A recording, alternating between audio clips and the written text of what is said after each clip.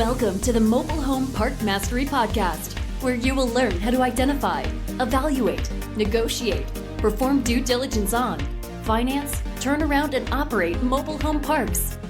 And now, here is your host, the fifth largest mobile home park owner in the United States, Frank Rolfe. 1969, America put man on the moon. However, today, a half century later, we simply can't seem to figure out affordable housing. Well, I say that's nonsense. This is Frank Rolfe, the Mobile Home Park Mastery podcast series. We're going to be talking about why we can provide affordable housing in the U.S., and we're going to solve the entire affordable housing crisis right here on the podcast.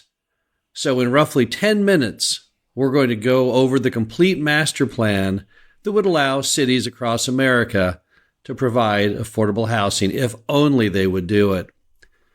The first thing you have to know about affordable housing is the most inappropriate place to put it is actually in the big city.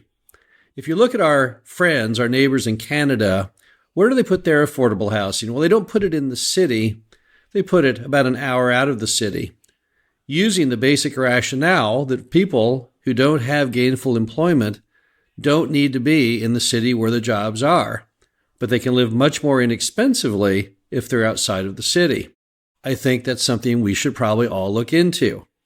Why in the world would you have homeless shelters in the middle of an urban area when clearly you can buy land and you can build and provide a much higher quality of life outside of the greater metro?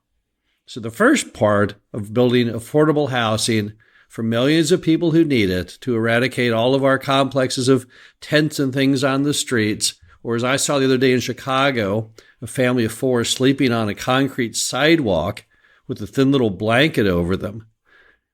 First step, let's think outside the box on location. You cannot build cheap housing in expensive areas.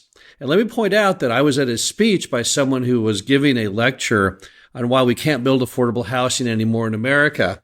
And their whole point was that a residential lot today costs roughly $80,000 in most metropolitan areas. Well, that's probably true. But I know where I can find land that might only be $1,000 or $2,000 an acre. Right, not inside the city. Let's push farther out.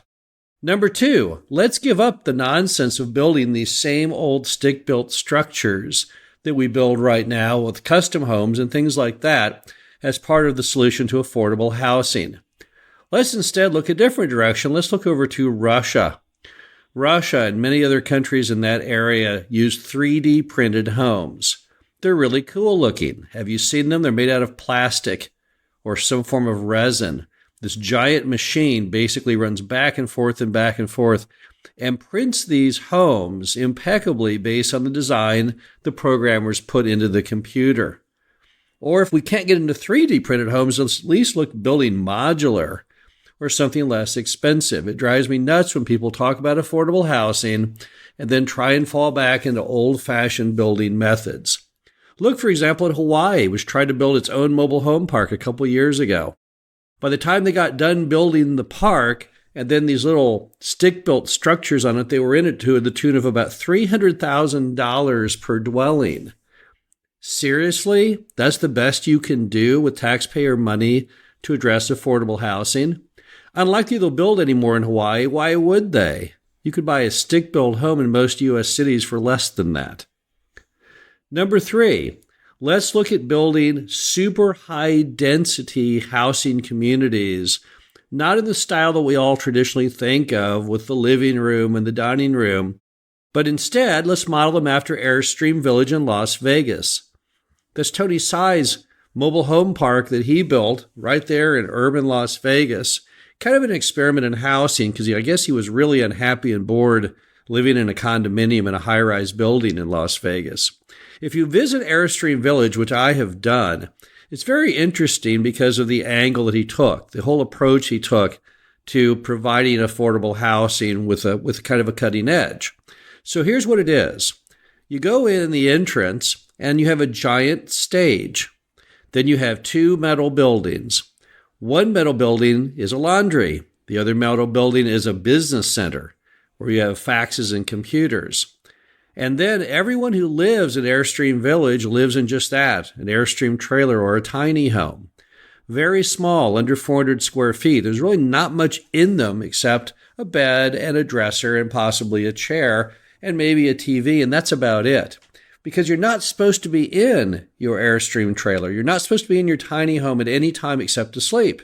They want you outdoors with everybody else, enjoying the out of doors. They have communal theater on the stage. They have music festivals. They outdoor cook every meal there. And so maybe when we think of affordable housing, we need to think of a whole different lifestyle component. Maybe true affordable housing in the modern world isn't about building little miniature homes that have all the normal features of a regular home. Maybe it's an entirely different product. And you look at Airstream Village and how successful it has been, and it's quite obvious maybe that's the way you'd want to do it. In fact, what they do at Airstream Village is you don't just pay in money for rent. Everyone there has to donate a skill. And based on your skill, you either pay with your skill or money, or just your skill. And of course, if we were to build new affordable housing complexes on a whole new fresh sheet of paper, maybe that's something people should explore, having everyone that lives there donate their skill. Yes, I know it sounds a little bit like a commune, but maybe if we're going to radically change affordable housing, we have to get a little radical.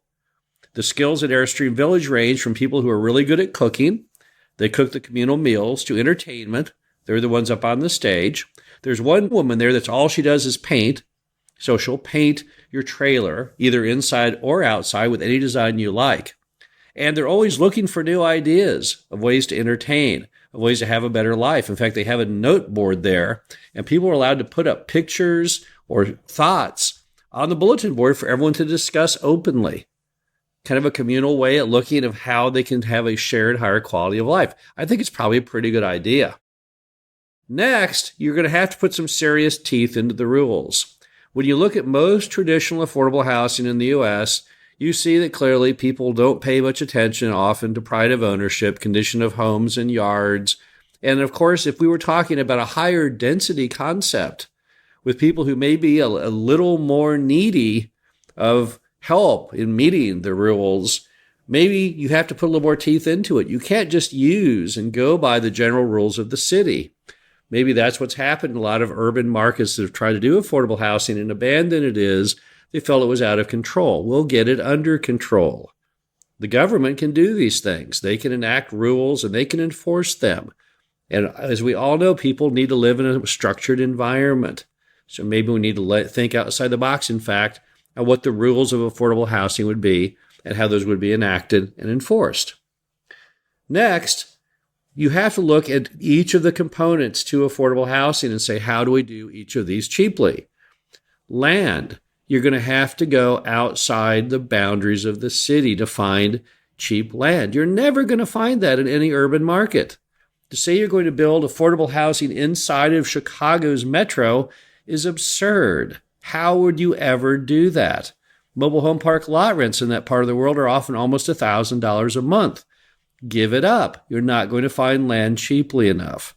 If you push about an hour out of the city and possibly farther, then you can start finding land at low, low prices. Next, you've got to build homes cheap. How do you do that? You think outside the box. Give up on stick-built designs. Look at new designs like 3D print, modular, whatever it takes to get the cost way down. And also, think about the size and fact that you should build. Perhaps we should not be building homes nearly as large as some people think to provide truly affordable housing. Maybe the affordable housing component is nothing more than a bedroom, and maybe everything else falls into a communal shared area for entertainment. Finally, you have to have the upkeep cheap. There's no point in building an inexpensive home on inexpensive land and then drown in upkeep costs. So it has to be very well built. It has to be very well thought out. Now, are these three things possible? Is this something we could actually do? Well, of course we can do that. It can't be that hard. So then the question is, why don't we do it? Well, the first option would be, as a nation, we just don't care. We talk all the time about affordable housing, but it seems that the only people around who actually get involved in it are mobile home park owners. Everybody else just gives it lip service but doesn't do a darn thing. So maybe we just don't care. Is that true? Do we not care about affordable housing? Well, I hope the answer to that is that we do as a nation care about it. If you could have seen that family sleeping on the sidewalk in Chicago, I'm pretty sure you would have said, gosh, that's not a very good idea. We need to help those people. So hopefully as a nation, we do care about affordable housing. Number two, perhaps we don't provide it or think outside the box to make it happen because we're just all too stuck in some kind of form of graft and corruption in the Section 8 apartment industry. Is it true? I've always been very suspect of this whole situation between the government and Section 8 apartments. It seems that there always are new tax credits and issues that benefit apartment builders to build the supposed affordable housing, yet with absolutely no skin in the game on their part to ever actually create affordable housing because they get all the money they want on the rent paid by the U.S. taxpayer under the Section 8 program. Under that program, the resident only pays a certain portion of their income, which, if they have no income, is in fact zero. And we, the taxpayers, pay the full boat, full market rent on the apartment, just as though it was rented to anybody else's Class A space. Why are we always following in that rut? I don't know. Perhaps we should ask our politicians why that is, because they seem perfectly fine with it. But hopefully we can overcome that. I think most Americans are sick and tired of the ordinary at this point and want to look for something completely different. Finally, perhaps the reason we can't do it is that bureaucrats are just lousy business people. Let's look at what happened in Hawaii. Was that a success story? Clearly not. No one would say that building affordable housing at the price of over $300,000 per unit was a success story, so I know that's wrong. And look at many of the other initiatives that the government tries to start and manage. They don't often work very well. Look at what happened in some major cities with their transit designs. Cost overruns into the billions of dollars, leaving people scratching their heads with no idea how that could have occurred. But yet it does. But the bottom line is affordable housing is in fact very achievable in America if we basically would just think outside the box, stop wasting our time going down the same old-fashioned paths, say to ourselves, this is something we want to do and let's do it. The exact same way that we ultimately got the Apollo mission to land on the moon. This is Frank Rolfe, the Mobile Home Park Mastery podcast series. Throwing down the gauntlet on affordable housing. I know we can do it, and I'll be back again next week. Thank you for listening to the Mobile Home Park Mastery podcast. Be sure to visit us at mhpmastery.com to subscribe to the show, read our show transcriptions, and access all of our great information on mobile home park investing.